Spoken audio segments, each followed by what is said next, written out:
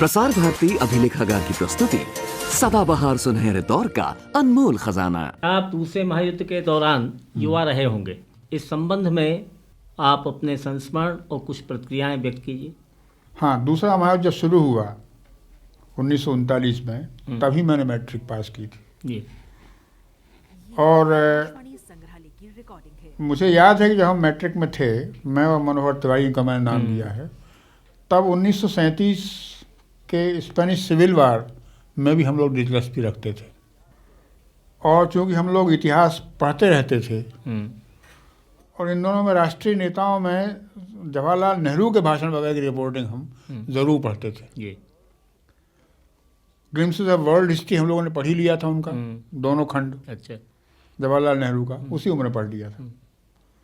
तो हम सोचने लगे थे इस बात के ऊपर, और हमको फासिज्म का अध्ययन तो हमारा नहीं था, लेकिन हम ये समझने लगे थे कि ये एक डार्क पावर है ये, जो कि यूरोप में उदित हो रहा है। सही बात यह है कि भारतीय लोगों के मन में हिटलर के प्रति आकर्षण था जी। वो इस कारण से था कि एक तो अपने को आर्य कहता था, तो यहाँ के जो भारत के आर्य थे उसको अपनी बिरादरी का मानते थे, आर्यों को गौरव बढ़ा रहा है। और दूसरी बात है कि उसका चिन्ह स्वस्तिक था, और स्वस्तिक हमारे यहाँ घरों घरों में लगाया जाता है, किया जाता है। तो भारतीय उसको अपने में से ही एक मानते थे जी। और ये ऐतिहासिक तथ्य है कि भारतीयों की बहुत अधिक सहानुभूति हिटलर के प्रति थी। यह बात बहुत ही कम लोग समझते थे कि ये अमानवीय बल्कि मनुष्य विरोधी फासिस्ट ताकतें हैं ये बहुत कम लोग उन दोनों में जानते थे। सामान्य आदमी तो नहीं जानता था, वो हिटलर की जीते ही चाहता था। सही बात ये है। तो मैं तो उसी वातावरण में था, लेकिन मैं और मेरे साथी जो हैं, जो पढ़ने लिखने में वो थे, तो हम लोग मैट्रिक में थे तभी युद्ध शुरू हुआ था ये, तो हम लोग इस चीज़ों को समझते थे। दूसरी बात ये थी कि उन दोनों में बहुत अधिक एजुकेट कर रहे थे, शिक्षित कर रहे थे जवाहरलाल नेहरू।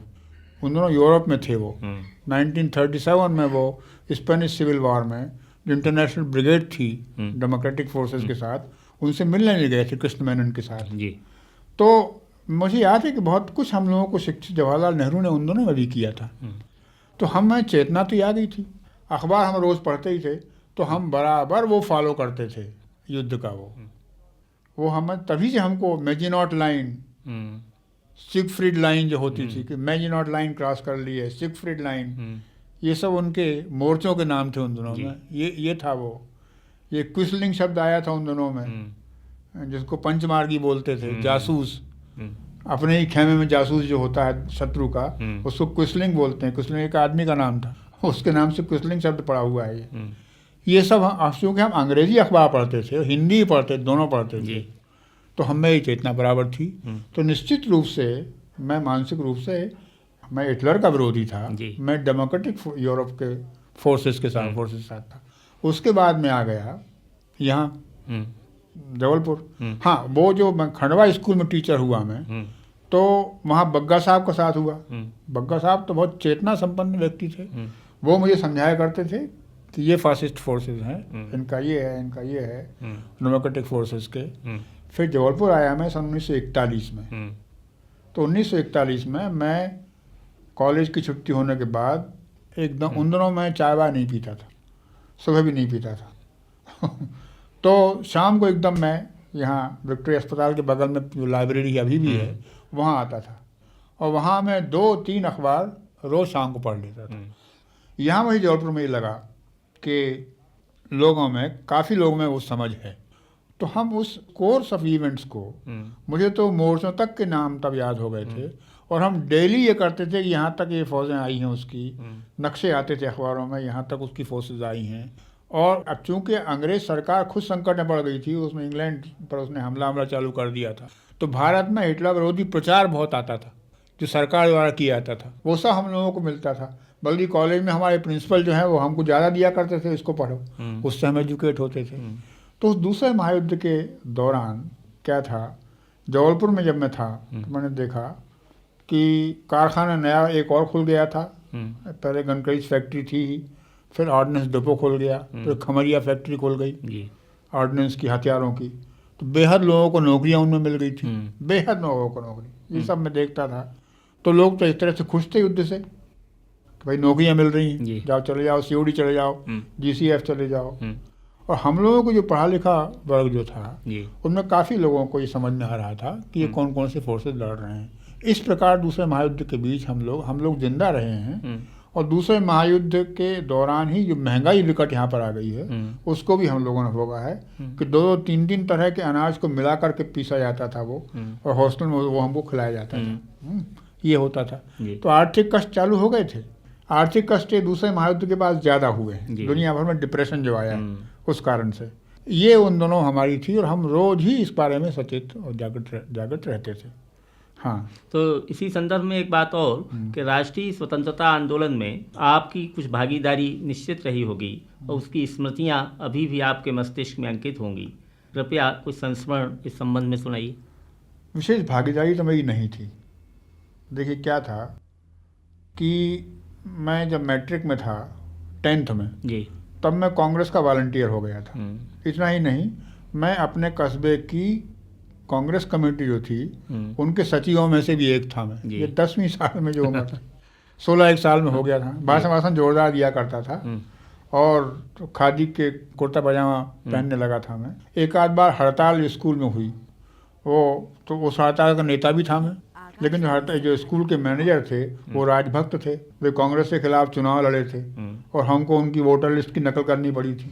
वो भी हमने किया था क्योंकि हमारे अध्यापक लोग करवा रहे थे। लेकिन राष्ट्रीय चेतना तब आ गई थी। उसका एक बड़ा कारण ये था कि मैं तब खूब पढ़ने वढ़ने लगा था, है, और बहुत ज़्यादा प्रभाव इन कांग्रेसी नेताओं का हमारे ऊपर था। गांधी जी का उतना नहीं था जितना जवाहरलाल का था, और कुछ जयप्रकाश नारायण का भी। फिर उसके बाद क्या हुआ कि जिस स्कूल में मैंने खंडवा में नौकरी की उसके मैनेजर भी वही थे जो कि चमड़नी के स्कूल के मैनेजर थे। वे भी कांग्रेस के विरोधी थे और राजभक्त थे। तो वहाँ कुछ गुंजाइश करने की मिली नहीं। फिर मैं आ गया ट्रेनिंग कॉलेज में, वो सरकारी कॉलेज था। पूरा वातावरण जो है राजभक्त था, वो अंग्रेजों का भक्त। लेकिन वो चेतना तो गई नहीं, तो मैंने कुछ हिस्सा नहीं लिया। लेकिन उस उत्साह को मैंने देखा है कि जब हम लोग रैली निकालते थे टिमरनी में, जब स्टूडेंट थे, तो कैसे उत्साह के साथ रैलियाँ होती थी। लोगों को गिरफ्तार होते हुए हमने देखा। हम तो गिरफ्तार नहीं हुए। स्थानीय नेता लोग जो आते थे ज़िले के, उनको हम निकलते थे स्टेशन से तो हम देखने जाते थे उनको, और अधिक से अधिक उस बारे में जानकारी हासिल करते थे, इतिहास पढ़ते थे, जुलूसों में हिस्सा लेते थे। इससे आगे मेरी हिस्सा जेल वेल नहीं गया मैं। मैं एक बात और यहीं पूछना चाहता हूँ कि 1947-48 में जो रचनाएं आपने लिखी हैं उनमें वर्तमान व्यवस्था के प्रति या स्थितियों के प्रति गहरे असंतोष का भाव है। आप कृपया स्पष्ट करें कि उन दिनों किस विचारधारा का प्रभाव आपके मस्तिष्क पर था। हाँ, इसका अर्थ निकालने में आमतौर पर लोग भूल कर जाते हैं। ये नहीं समझते कि मैं उन दिनों समाजवादियों के साथ था, और समाजवादियों का बहुत सा कारोबार रूमानी था जी।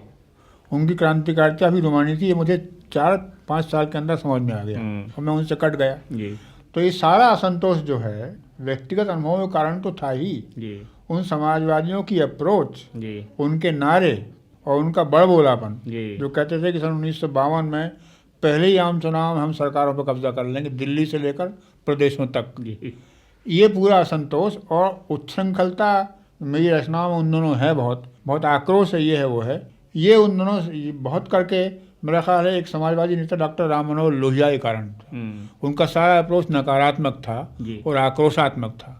तो इन समाजवादियों से मैंने वो सब ग्रहण किया है। उसके बाद क्या हुआ कि मैं 5 साल के अंदर मेरा मोहभंग समाजवादियों से, डेमोक्रेटिक सोशलिस्टों से मेरा मोहभंग हो गया जी। और मुझे ये समझ में आ गया कि इनसे आगे बढ़े हुए जवाहरलाल नेहरू हैं जी, जो ठोस प्लानिंग कर रहे हैं, ये कर रहे हैं, वो कर रहे हैं। इनका कारोबार तो जो है नकारात्मक तोड़ फोड़ का है। फिर मैंने मार्क्सवाद का बाज़ाब्ता अध्ययन किया जी, और मैं साम्यवादी पार्टी के नज़दीक भी आया जी। तब से जी, तब मुझ में स्थिरता आई। जीवन अनुभव और विचारधारा के परस्पर संबंध एक स्तर पर रचनाकार को स्थापित व्यवस्था के विरोध के लिए बाध्य करते हैं। क्या आप महसूस करते हैं कि पिछले 38 वर्षों के दौरान आपकी विचारधारा का विकास स्थापित व्यवस्था के विरुद्ध रहा है? हाँ, अब ये व्यवस्था जो है इसको अंग्रेज़ी में एस्टेब्लिशमेंट कहते हैं। एस्टेब्लिशमेंट पॉलिटिकल भी होता है जी, इकोनॉमिक भी होता है, सोशल भी होता है। आमतौर पर जब व्यवस्था विरोध की बात कही जाती है जी तो आमतौर पर लोग जिस पार्टी की सरकार है उसके विरोध का अर्थ लेते हैं उससे, लेकिन ये सही नहीं है। यानी कि ये जो नारा दिया जाता है कि लेखक को व्यवस्था विरोधी होना चाहिए, जी यानी कि मौजूदा जो सामाजिक आर्थिक राजनीतिक व्यवस्था है जी उस व्यवस्था में जो खामियां हैं उनको दूर करने की कोशिश लेखक को करना चाहिए और इसके लिए ज़रूरत अगर है तो उसका विरोध करना चाहिए। लेखक वास्तव में असंतुष्ट हर व्यवस्था में रहता है। जी समाज व्यवस्था में भी उसके शिकायत के मुद्दे होंगे, जी उसके असंतोष होंगे, क्योंकि मनुष्य गतिशील है, कोई व्यवस्था अंतिम नहीं है, उसके आगे भी उसका विकास होगा, खामियां रह जाएंगी। भारत में ये हुआ है कि शुरू से कांग्रेस पार्टी की सरकार रही जो कि एक बुर्जुआ पार्टी है जिसने कुछ प्रगतिशील कार्यक्रम अपनाए, और ये निश्चित रूप से मैं कह सकता हूँ जी कि आरंभ से ही भारत की विदेश नीति प्रगतिशील रही है और ठीक रही है। यानी समाजवादी देशों से मित्रता, राष्ट्रों की स्वाधीनता, रंग भेद के विरुद्ध और एक न्यायपूर्ण समाज की स्थापना दुनिया भर में हो, इसके लिए समर्थन, ये मामूली बात नहीं है।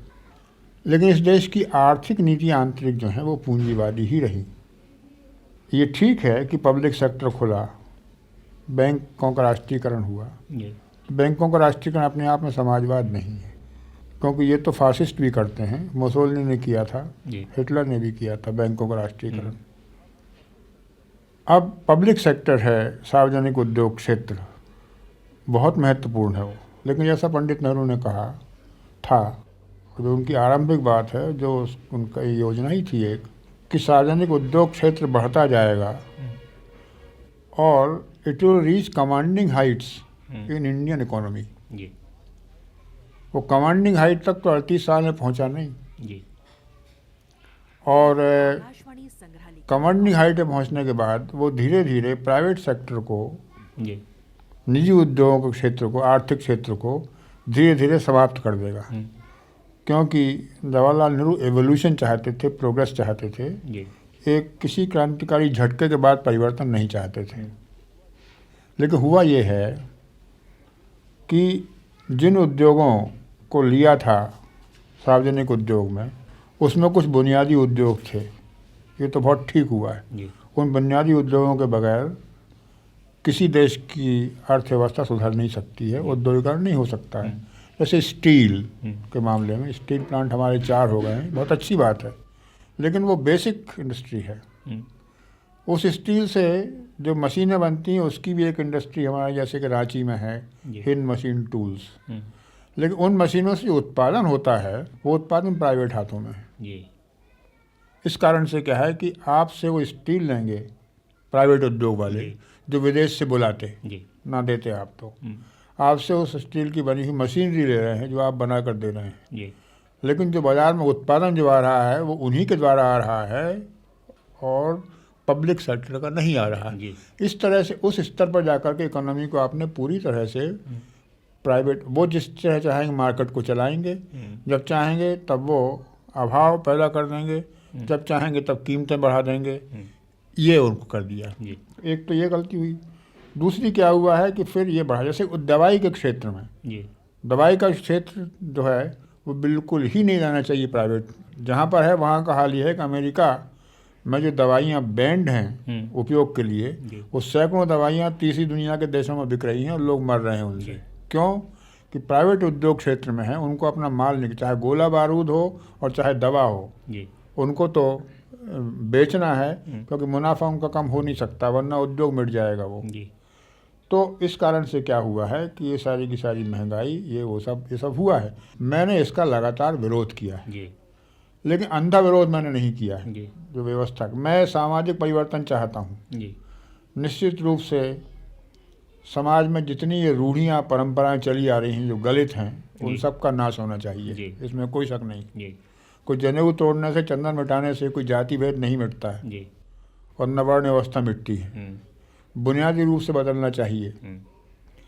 फिर मैं ये चाहता हूँ, मैं तो आराम से चाहता रहा हूँ कि समाजवाद होना चाहिए है, और वो समाजवाद ये वायवी समाजवाद नहीं, वैज्ञानिक समाजवाद होना चाहिए है। उस वैज्ञानिक समाजवाद को छोड़ दिया गया, लेकिन बहरहाल एवोल्यूशन की प्रोसेस से ही मान लीजिए ये हो, तो भी जितना था उसमें उतना हो नहीं रहा है। मैंने लगातार इसका विरोध किया। एक ही मेरा वो देख लीजिए निबंध, ट्विटर तो हुआ गणतंत्र, क्या है उस समय सब ये लिखा हुआ है। बल्कि मैं तो इस बात के लिए बदनाम ही माना जाता हूँ कि मैं विरोध करता रहा हूँ व्यवस्था का, लेकिन साथ साथ फिर आर्थिक व्यवस्था का भी विरोध, और समाज में हमारे परिवारों में जितना अत्याचार इस देश के परिवारों में बच्चों पर होता है उतना दुनिया में कहीं नहीं होता है। उससे बात नहीं करते, समझाते नहीं, थप्पड़ मारते हैं उसको। ये अत्याचार ही मिटना चाहिए परिवारों के अंदर का। परसाई जी, आपने सदाचार का ताबीज नामक ग्रंथ के आमुख में लिखा है कि कोई सुधर जाए तो मुझे क्या ऐतराज है, वैसे मैं सुधार के लिए नहीं बदलने के लिए लिखना चाहता हूँ। कृपया स्पष्ट कीजिए, इस बदलने से आपका क्या आशय है? क्या आप आमूल परिवर्तन चाहते हैं? इस परिवर्तन के बारे में आपकी क्या धारणा है? हाँ, देखिए ऐसा है कि परिवर्तन यदि होगा कारगर तो वो आमूल ही होगा। आमूल और टोटल जो जीवन मूल्य होते हैं वो खंड खंड नहीं होते हैं जी, टोटल वैल्यूज़ होती हैं, संपूर्ण जीवन मूल्य। जैसे आजकल जो लोग कहते हैं कि विश्वविद्यालय में इतनी धांधली है जी, और शिक्षा का पवित्र क्षेत्र है, यहाँ तो ऐसा नहीं होना चाहिए। मैं कहता हूँ क्यों नहीं होना चाहिए? जी, जो नैतिकता बाजार की है, जो पुलिस की है, जो एक्साइज की है, जी, जो नैतिकता बाजार की है, जो नैतिकता व्यवहारिक राजनीति में है, वैसी नैतिकता ही विश्वविद्यालय क्षेत्र में होगी। जी, उनको मौके कम होंगे भ्रष्टाचार के, तो भ्रष्टाचार वहाँ बहुत कम होगा, लेकिन जितने ही मौके होंगे उन सब का पूरा फायदा उठाएंगे वो। इसलिए कोई द्वीप नहीं है कि शिक्षा का द्वीप है, चिकित्सा क्षेत्र एक अलग द्वीप है, या धर्म का अलग द्वीप नहीं। वैल्यूज टोटल होती हैं, इसलिए चेंज टोटल होना चाहिए है। और उसके बाद भी पत्तों पत्तों में डालियों को काटने का चेंज नहीं होना चाहिए, जिसको आप आमूल कह रहे हैं। मूल यानी जड़ से होना चाहिए कि व्यवस्था में खराबियाँ कहाँ से आई, ये जड़ से आई कि social structure, economic structure, political structure, इसकी बुनियाद बदलना चाहिए। अब किसी भी समाज की जो वर्तमान जो व्यवस्था है वो सदियों में बनती है। वो ये सही है कि विकास की स्वाभाविक प्रक्रिया में बहुत सी चीज़ें छूटती जाती हैं, बहुत सी चीज़ें नई ग्रहण कर ली जाती हैं। जैसे मनुस्मृति को जैसा का तैसा अब नहीं लिया जा सकता है, लेकिन किसी ज़माने में सामाजिक और पारिवारिक व्यक्तिगत आचरण का मूल स्रोत वही था, अब वो नहीं है। लेकिन ऊपर ऊपर से सुधारवाद करके कि चलो भाई यहाँ भ्रष्टाचार समाप्त कर दो, यहाँ पवित्रता ला दो, शिक्षा में ये कर दो, इससे होता नहीं है। क्योंकि शिक्षा के क्षेत्र में यूनिवर्सिटी में 4 घंटे रह करके जब स्टूडेंट आएगा तो बाकी 20 घंटे बचे उसके, और 20 घंटे बाजार में जुए के अड्डे पर शराब घर में निकल सकते हैं। तो उसकी शिक्षा यूनिवर्सिटी में तो कुल 4 घंटे हुई, बाकी 20 घंटे तो बाहर हुई जी। यहाँ के अगर जीवन मूल्य दूसरे हैं तो इनको सीखेगा, विश्वविद्यालय से कुछ नहीं सीखेगा। और सीखता आदमी किताबों से कम है, जीवन से अधिक सीखता है, जो उसके आसपास का जीवन है वो है। तो मैं ये चाहता, निश्चित रूप से ही चाहता था कि शासन जिसका भी हो वो इस प्रकार का हो कि बुनियादी रूप से उसका विश्वास वैज्ञानिक समाजवाद में हो। दूसरा मैं ये चाहता था कि अर्थव्यवस्था पूरी तरह से समाजवादी हो जी, पूरी तरह समाजवादी हो, और सामाजिक व्यवस्था में वर्ण भेद पूरी तरह मिट जाए और जाति भेद मिट जाए। जो रूढ़ियाँ बहुत सी हैं, धार्मिक हैं, सामाजिक हैं, ये इनका समाप्त होना बहुत आवश्यक है। ये सब के सब शोषण के जरिए हैं ये इस प्रकार के। मैं तो यहाँ तक कहता हूँ कि वो धर्म नाम की चीज़ है वो भी नहीं रहना चाहिए। आस्थाएं रहें, विश्वास रहे, जिसे आध्यात्मिकता बोलते हैं, अध्यात्म बोलते हैं, वो कोई धर्म से नहीं आता है। वो किसी मनुष्य के अंदर उच्चतर मूल्यों की चेतना होती है जो तात्कालिक रूप से प्रकट होती है, तो हम कहते हैं आध्यात्मिक ही आ गया। उदाहरण के लिए भोपाल की यूनियन कार्बाइड जो ट्रेजेडी हुई, उसमें ऐसे लोगों के उदाहरण सामने आए हैं जो कई दूसरे लोगों की जान बचाने के लिए जो वह अपने ड्यूटी पर हाजिर रहे जी और वहीं खड़े खड़े मर गए वो, जी ऐसे आदमी को मैं आध्यात्मिक आदमी कहूँगा। जी ये इसी को स्पिरिचुअलिज्म कहते हैं। जी आया समझ में? जी हाँ स्पिरिचुअलिज्म तो हो, लेकिन इस प्रकार का ना हो। इस प्रकार का एक बुनियादी परिवर्तन हमारे पारिवारिक संबंधों में परिवर्तन होना चाहिए। इनमें से बहुत सौ का उच्च जो है वो हमारी आर्थिक व्यवस्था है, उसको बदलना चाहिए। बहुत से पारिवारिक संबंधी बहुत कुछ आर्थिक व्यवस्था, जब रिटायर होकर के आदमी को तनख्वाह का आधा मिलने लगता है पेंशन, तो परिवार में उसकी इज्जत आधी हो जाती है, क्योंकि पेंशन आधी लाता है पहले से वो। पूरी पेंशन उसको मिलना चाहिए, बल्कि बढ़ते जाना चाहिए तनख्वाह की तरह उसकी। तब परिवार में भी, क्योंकि मूल तो यह है कि लोगों को जीवन यापन करना है, भावना पर तो जिंदा रह नहीं सकते हैं पूजा कर करके। इस तरह का परिवर्तन पूरा का पूरा होना चाहिए, ये मेरी कल्पना है उसमें। और वो तभी हो सकता है जब पूरी तरह से हम लोग वैज्ञानिक समाजवाद के मूल्यों को आत्मसात न कर लें, ग्रहण न कर लें, और उस आधार पर हमारा विकास न हो। ठीक है। तो परसाई जी, आज़ादी के लिए चलने वाले संघर्ष के दौरान किन राजनेताओं ने आपको प्रभावित किया? देखिए, गांधी जी ने प्रभावित किया। मैं गांधीवादी तो रहा नहीं, उन दिनों में तो मैं भी नारे के साथ था, लेकिन जब समझ बढ़ी मेरी, गांधी जी को मैं दार्शनिक नहीं मानता। वाद नहीं है उनका, इज़म नहीं है, गांधीज़म नहीं है, गांधीयन मेथोडोलॉजी है किसी एक उद्देश्य के लिए, और उन्होंने उसको इतना व्यापक कर दिया था कई उद्देश्यों के लिए।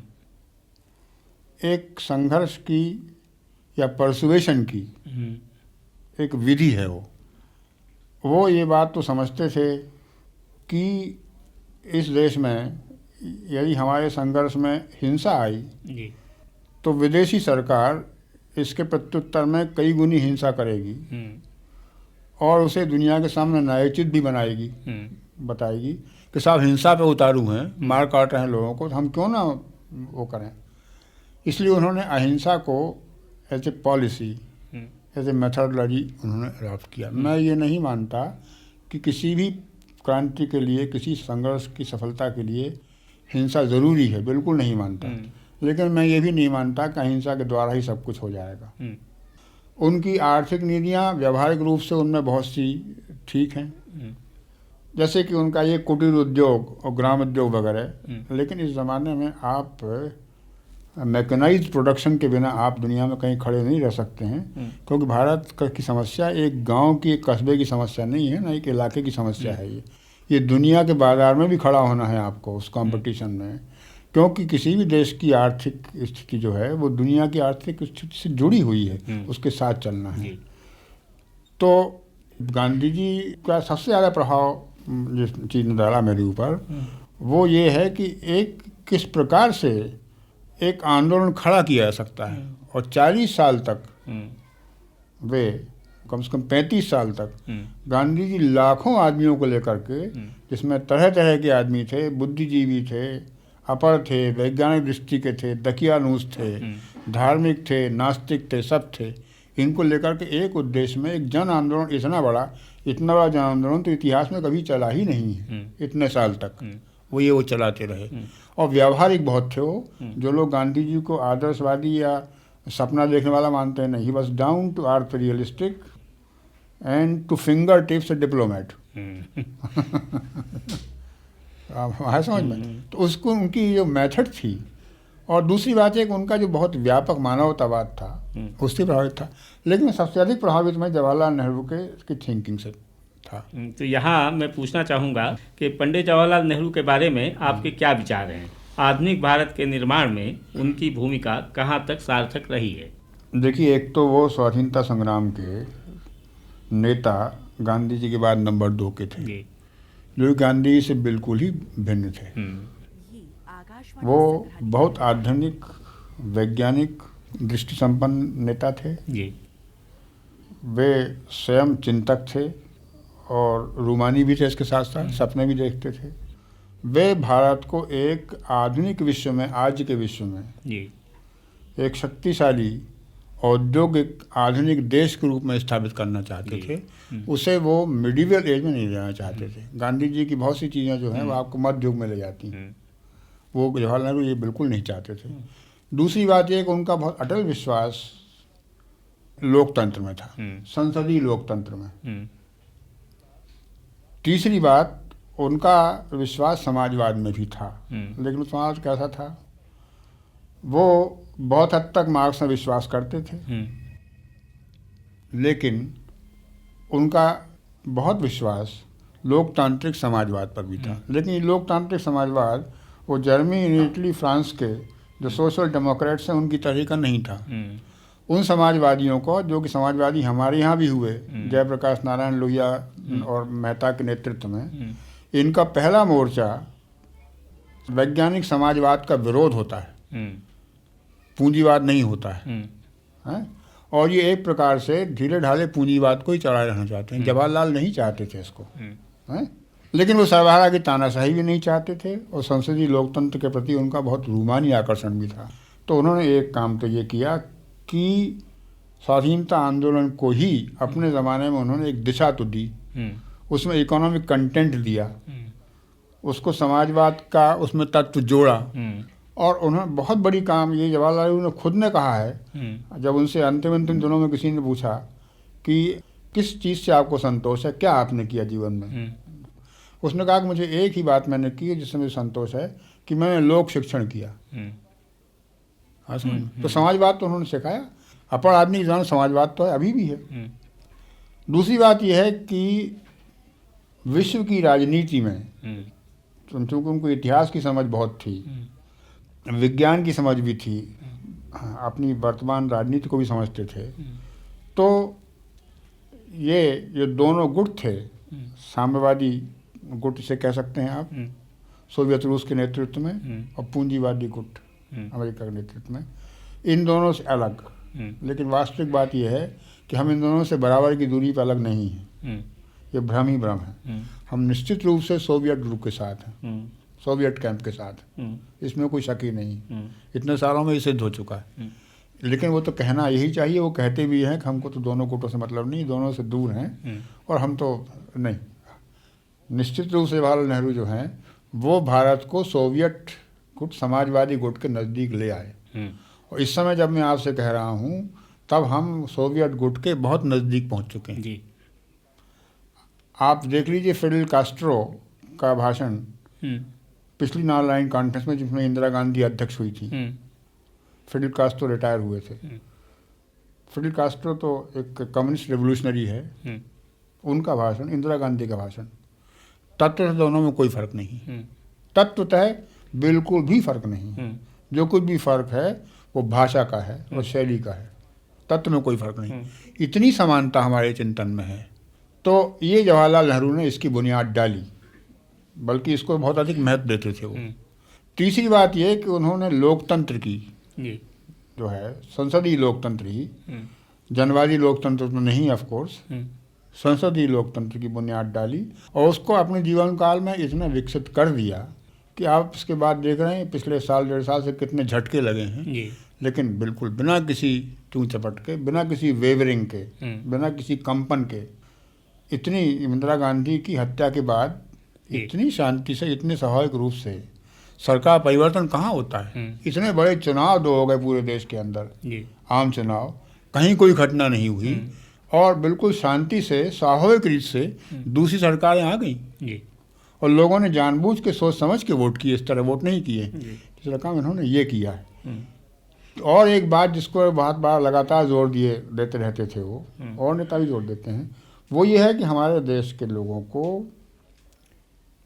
साइंटिफिक टेम्परामेंट अख्तियार करना चाहिए, साइंटिफिक एटीट्यूड लाना चाहिए, जो कि हमारे यहाँ के पढ़े लिखों में भी बहुत कम लोगों में मिलता है।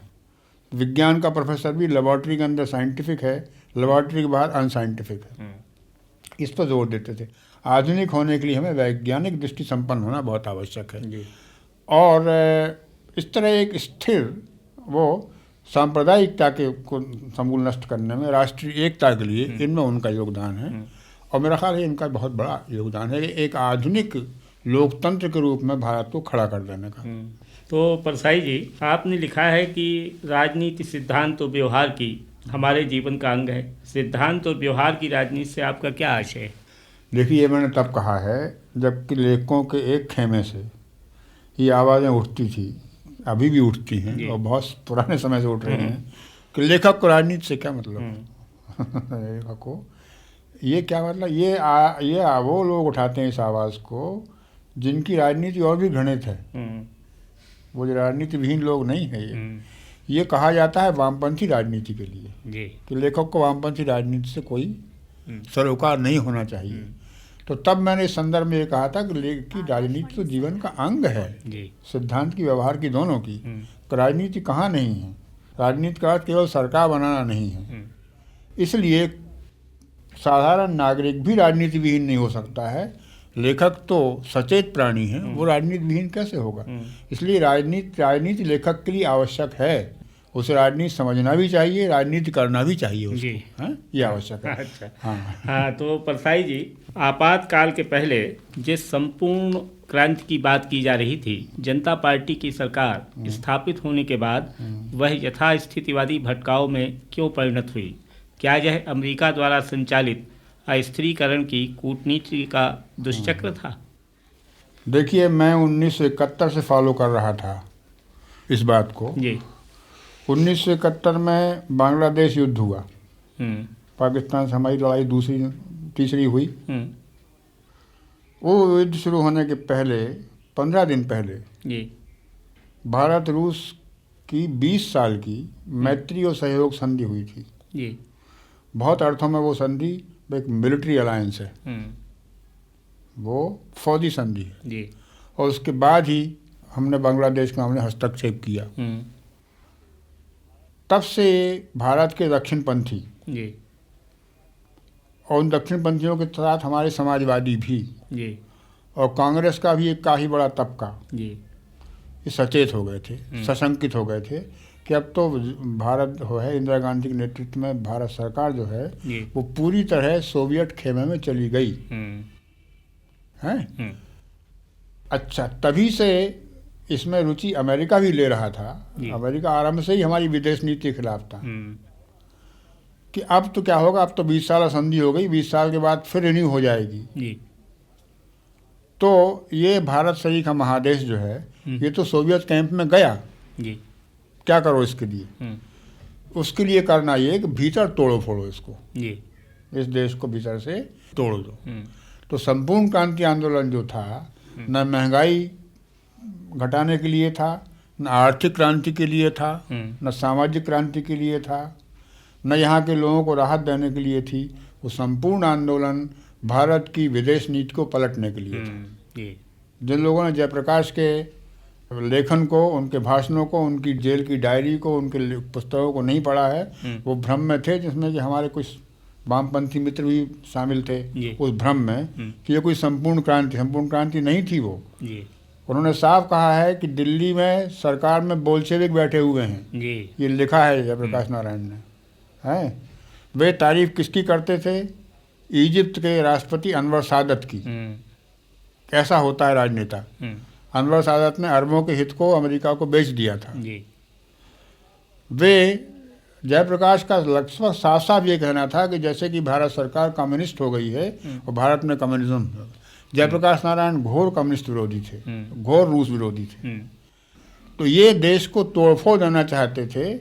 ये पुलिस को भड़का रहे थे कि हुक्म मत मानो सरकार का, फौज तक से कह रहे थे कि सरकार का हुक्म मत मानो। ये काहे के लिए था? इस देश को भीतर से तोड़ करके ये मजबूर कर देने के लिए कि इस देश की विदेश नीति जो है वो पलटे और अमेरिकी खेमे में पहुंच जाए या करीब पहुंच जाए। ये इसके लिए था। वो कोई आंतरिक परिवर्तन के लिए वो आंदोलन नहीं था। तो एक संपूर्ण भ्रांति था वो तो। और कोई सरकार अगर बिना इमरजेंसी के इसको संभाल सकती थी तो संभाल लेना चाहिए था। लेकिन तब की उस सरकार को ये लगा कि इसको बिना इमरजेंसी के नहीं किया। इसलिए जब पुलिस भड़काई जा रही है, फौज भड़काई जा रही है, ये कि विधानसभा के मेंबरों को गुजरात में पकड़ करके और विधानसभा से लौटा लिया गया है, उनको बंद कर दिया गया है।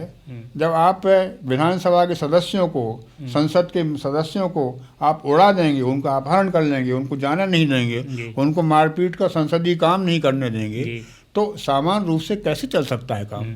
ये सब का सब फैसिस्ट अराजकतावादी कार्यवाहियाँ थी, इसलिए लगी इमरजेंसी, ये मुझे समझ में आता है। तो उसके बाद जिसकी सरकार बनी वो कौन थे जी, क्या उनकी जड़ें हमको मालूम नहीं है? वो एकदम तो प्रकट नहीं हुए थे। इनका पूरा पास्ट हमको मालूम था। ये सब के सब लोग समाजवाद विरोधी, पूंजीवाद समर्थक, भारत की समाजवादी देशों से मित्रता के विरुद्ध, सामंतवाद में विश्वास करने वाले, लोकतंत्र तक में इनका विश्वास नहीं था, ऐसी 5 पार्टियां मिलकर के जनता पार्टी बनी थी। अब बताइए भला कि ये पार्टी में परिवर्तन, ये कौन सी कोई नई आज़ादी हुई क्या? दूसरी आज़ादी? क्रांतिकारी सरकार हो गई? ये तो और गई हुई थी सरकार थी, इसलिए 2.5 साल 3 साल में निपट गई वो लेकर के।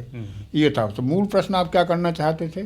मैंने इसी में एक और ये जानना चाहा था कि क्या अमेरिका ये सब संचालित पीछे से कर रहा था? हाँ, देखिए, और इसका सबूत तो कोई नहीं दे सकता, लेकिन अमेरिकी हस्तक्षेप दुनिया भर में होता है जी।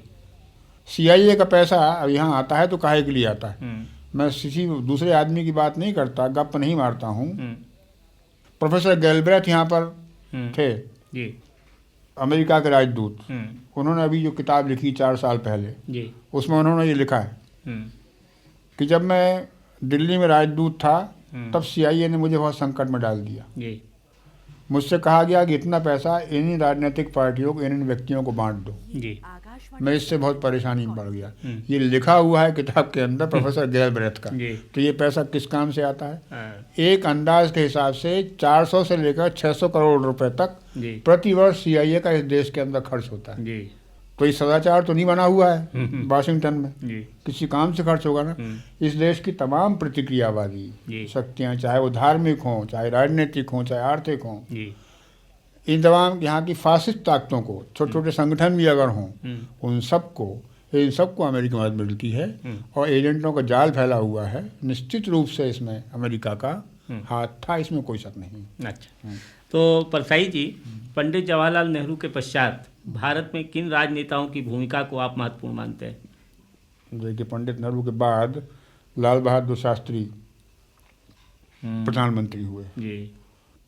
वे दक्षिणपंथी थे। उन्होंने अपने पहले भाषण में ही कहा था, जिससे कि लोग चौंक गए थे।